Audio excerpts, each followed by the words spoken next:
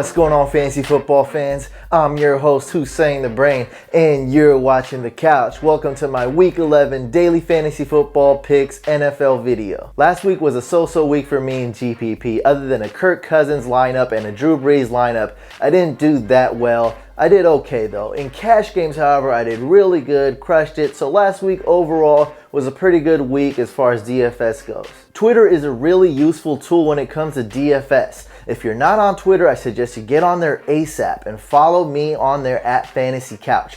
Last week I recommended Stephon Diggs and Michael Crabtree, but because of the high winds that I noticed that were picking up Friday and Saturday, I left several tweets and warned people about them, and I ended up taking them out in 90% of my lineups, which ended up being really good. Let's get to the picks for Week 11. As you know, on this show, we like to pick the kicker and defense first. That gives us a better idea of our average remaining salary. Just like every week, I have the highest ranked kicker being Stephen Gostkowski, but his price is too high, probably won't make it in too many of my lineups. We like to save on kickers usually. Now I got Steven Hauschka at 5,000. He's only 100 less than Gostkowski. Matt Bryant's okay. Brandon McManus is okay at 4,800. Now the cheap kickers I like is Dan Bailey at 4,600 and Matt Prater at only 4,500 going against the Raiders at home in a dome. So let's put Matt Prater in there, minimum price kicker, and if we have a good amount of money left over, we can upgrade to Dan Bailey or maybe even another kicker. For defenses, my number one ranked defense this week is the Seattle Seahawks playing at home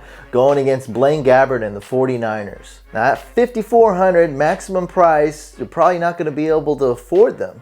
I also like the Broncos D, 5,300. That's only 100 less though. The Jets is okay at 4,700. I like the Chiefs at 4,400.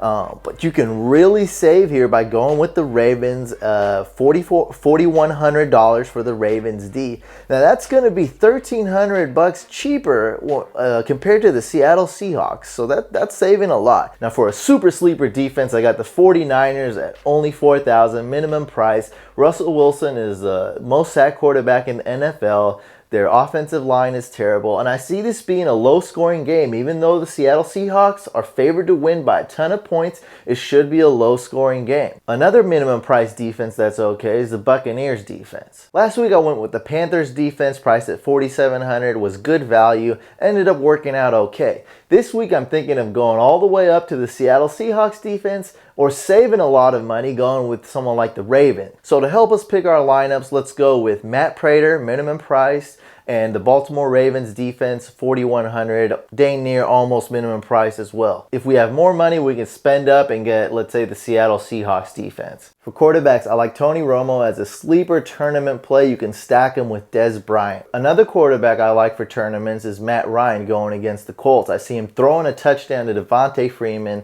throwing another touchdown to Julio Jones, and sneaking in one more touchdown to maybe Jacob Tamme or another receiver. I really like Derek Carr at 7,700. He's one of the best quarterbacks this week to pick at that price. He can be used in a GPP or a cash game. Matthew Stafford is another risky tournament pick I like. You can stack him with Megatron. Now, if I can't afford a great quarterback like Tom Brady or Cam Newton for cash games, I'm going to go with Mark Sanchez at 6,400. Another option is Alex Smith at 6,200. Those are both pretty good value picks.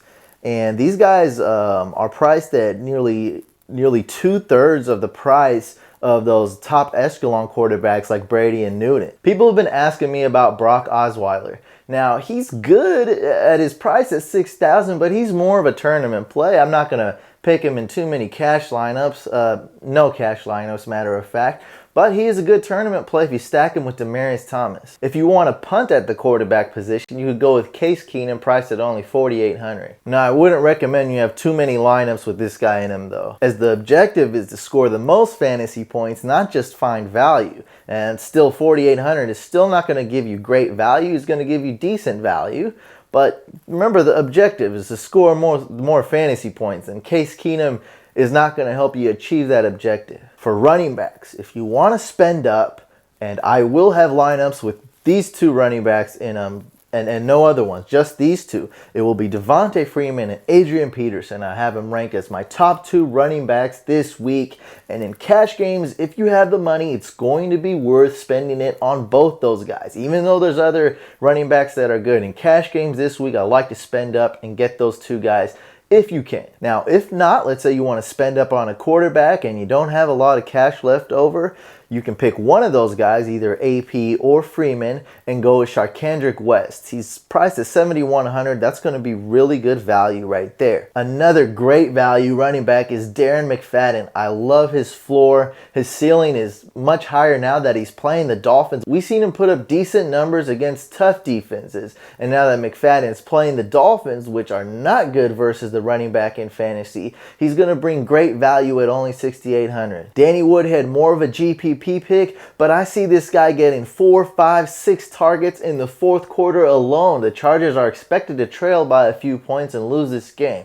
So I see this guy, he has the potential to get at least 10 targets this game.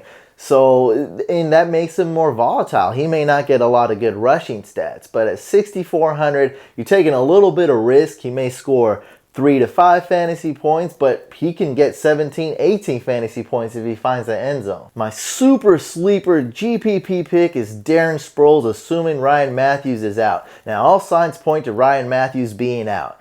And they're playing against the Bucs, which they're pretty good against the running back, but not great against running backs with pass catching ability. I have Darren Sproles as my super sleeper GPP pick. He's going to make it definitely one of my tournament plays this week. Another high-risk GPP pick is James White at running back, priced at only $5,100. In most of my lineups, I'm planning not to spend up too much on wide receivers. We already went over a good Calvin Johnson stack. Calvin Johnson is okay in cash games as well, and if you're doing a GPP, you might want to stack him with Stafford. Also, Demaryius Thomas, we went over that stack with Brock Osweiler. For wide receivers, I really like Amari Cooper. He has a decent floor and a really high ceiling. At $7,200, that's going to be hard to beat right there. I also like Michael Crabtree, and since they're playing in Detroit, there's not going to be a lot of wind. They're playing in a dome.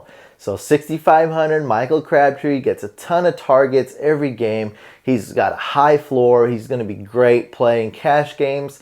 And hey, we can go with that Amari Cooper, Michael Crabtree, Derek Carr stack in GPPs if we want as well. Danny Amendola at $6,100 is great value. He's been heavily targeted the past few weeks. And now that Julian Edelman is gone, that's going to be hard to beat at that price. Kamar Aiken is okay. He's more of a cheap play. You're not going to pick him to get a ton of fantasy points, but at $5,900, that's really cheap. Now, a guy's going to be really popular and also going to be picked by me in my lineups is Stevie Johnson, priced at only $5,600. Now, you're not going to be able to beat that value. $5,600 is super cheap. That's almost minimum price when it comes to starting wide receivers. And man, he's going to be the #1 targeted guy over there in San Diego. $5,600, Stevie Johnson, best value at wide receiver. A huge sleeper at wide receiver is Robert Woods. Now, he's been blocking a lot as a wide receiver, but at $5,100 going against the Patriots, we know that the Patriots are slated to win by a big margin, likely by 7 points or more. They're going to have to throw the ball, and Robert Woods could be the #2 most targeted receiver over there for the Bills. And a punt for you guys is Chris Givens, the Baltimore Ravens wide receiver, minimum price at $4,500. And for tight ends, I'm likely going with Rob Gronkowski, expensive, most expensive, or Eric Ebron, priced at $5,400. I think Eric Ebron has a decent floor and could definitely sneak in a touchdown this game going against the Raiders. They're terrible versus the tight end in fantasy. And those are all my picks for Week 11. Make sure you guys follow the link below. Go to FanDuel if you want to play some of these picks and win this week.